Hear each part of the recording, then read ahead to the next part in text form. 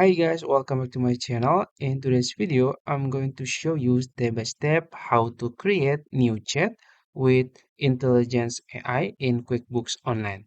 It's gonna be very easy and simple step. So first you can log into your QuickBooks Online account. So as you can see, I'm in my dashboard. So there is two ways to access or create new chat with Intuit Intelligence AI. So the first thing you can do, you can just go to the search box here in the top. Then you can search Intuit Intelligence. And then you can see Ask Intuit Intelligence. You can click on it. And then we'll be in this page, the dedicated page to create new chat or access Intuit Intelligence. So it's beta. As you can see, it's beta.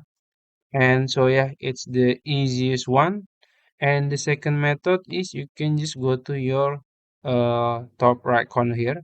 There will be icon for Intuit Intelligence. You can click on it, and then it will bring you new panel in your dashboard. So you can just simply, ask the AI. So and then you can still also scroll and open others page here. You know so yeah, I think that's it. If you found this video helpful, please like this video and subscribe to my channel. Thank you.